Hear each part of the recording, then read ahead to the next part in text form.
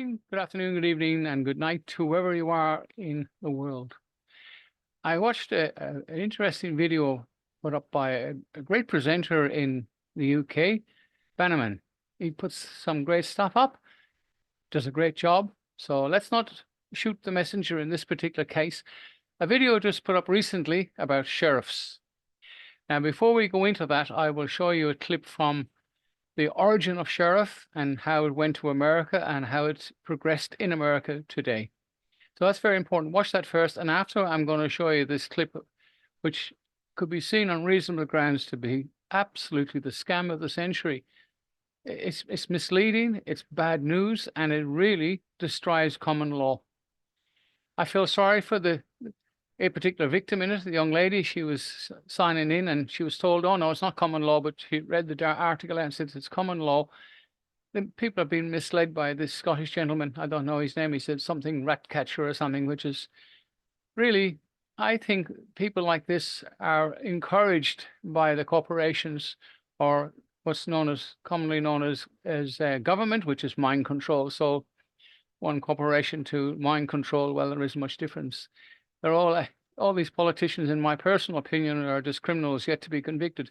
So I won't say too much about this, but don't shoot the messenger. And in this case, I'm just the messenger. The facts speak for themselves in the first part of the video, which is pretty short. And then the piece that I put edited from Mr. Bannerman's, I think Mark Bannerman, I have his name there somewhere. Anyway, great man, puts great stuff up. And again, let's not shoot the messenger. Anyway, London News sign off, guys. Watch this. Do leave some comments.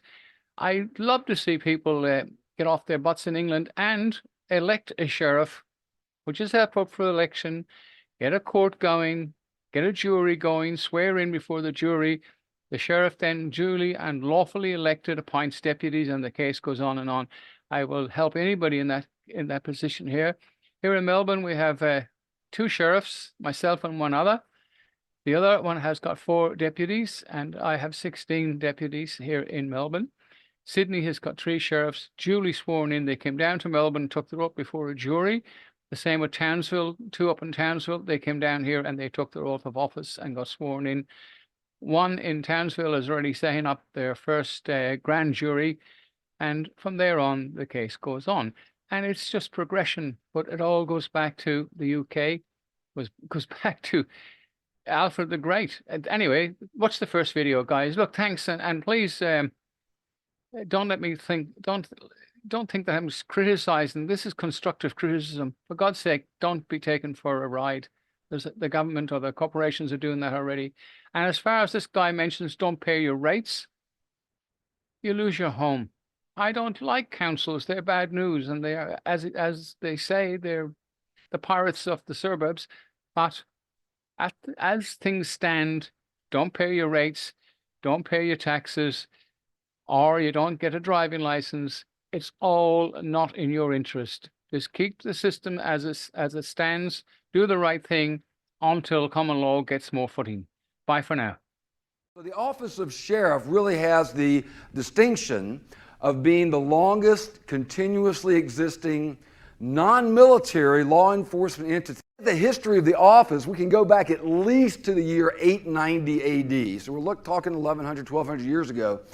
King Alfred was on the throne, and he wrote this document called the Book of Dooms. It sounds like some kind of modern day video game or something, but really it was about crimes and punishments. In other words, if you commit this crime, if this is your offense, then this would be your doom, this would be your punishment that would go along with it. And in this Book of Dooms, he references a particular official, a particular official known as a reeve, R-E-E-V-E, kind of loosely translated as a guardian.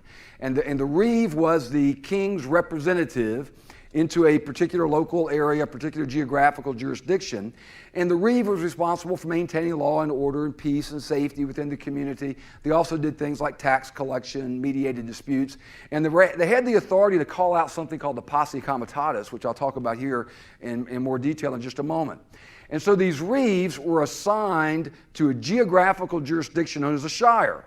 And we still have shires over there in England today, don't we? You got Devonshire, Lincolnshire, Worcestershire, if you need some steak sauce. And so the reeve was the king's representative assigned into a shire to do all of those things. So he was known as the reeve of the shire. There he goes. The shire reeve. And that's where we get the word sheriff from. So now you know that little bit of trivia. That could be the $1,000,000 question. You won't even have to call me for a lifeline. Now you'll know. Fast forward a few hundred years, and we got the Norman Conquest. William of Normandy comes into England. King Harold is on the throne. King Harold is defeated, but William is so impressed by the tenacity, the courage, and the loyalty of the sheriffs that were there under King Harold's rule that he kept that office. So nowadays in England, the office of sheriff is still there, but it's pretty much kind of fallen into disuse. There's a weakening of the authority. It's much more ceremonial in nature. But think about this. When the colonists came over here and began to colonize America, they brought with them the common law of England, and they brought with them this office of sheriff. And in 1634, we have Captain William Stone being appointed as the first sheriff on American soil in Northamptonshire, Virginia. And then look at this, just a few years later in 1652. Folks, this is 120-something years before we declared our independence from Britain. What are we doing in America? We're electing our sheriffs. We are electing our government representatives because we understood the power and authority that was attached to that. The power comes from the people. Our founding documents are very clear, and then you then entrust and share and delegate that authority with these officials that you have elected. The sheriff badge you've got there. Yeah. How do you obtain one of those? You have to get in contact with the person who made them. I think he's in pub. I'm going to have a word. Yes. My name's Rob the Rat Catcher, and we're swearing in oaths for sheriffs, which will be replacing all police forces in the United Kingdom eventually, because they're past their sell-by date and they're not fit for purpose. We are setting a precedent today, and if we can get enough peace officers in one area, we will be standing down that local police force. Have you had much interest today? Yes, absolutely. We're inundated, as you can see. We're You don't want to replace the police, you just want to hold them accountable, is that No, right? we're replacing the police. Right. We're taking them out from sergeants and inspectors up, and if any of the ones that are of the lower ranks are decent people, then they can sign up for peace officers. Arrested 2 judges in the past 3 months, yes. And did you get arrested for arresting judges? I got arrested once for arresting a judge and just detained for the first time. And are there any convictions? No, no convictions. No, you're perfectly entitled to arrest anyone in the union. Well, I would hope in the time of need they would call us and we'd be there to help them, because we're there to serve everybody, even though they might disagree with us at times. But my job's up to uphold the law for everybody. So. We're peace officers, right? And basically, Rob, he's a registered sheriff and he's swearing people in now to do lawful arrests as long as it's an indictable offence, because if it isn't, then they can go to jail. So he's training everyone up, he's signing them in, letting them know the rules. I'm signing the oath to give myself and, like the others, powers to act under common law rights. We're not doing common law. Oh, it does. I thought it said under common law, position of common law sheriff. Yeah, but it's still using the legal Right. to arrest, because that's what they know. you're right in a sense. Yes, So, under my common law rights as a sheriff, which also acts under the legal system, to arrest that's what they someone if they do any wrongdoing to us or anybody else. So new sheriff's name, which is you, and your signature. So what is it you're signing?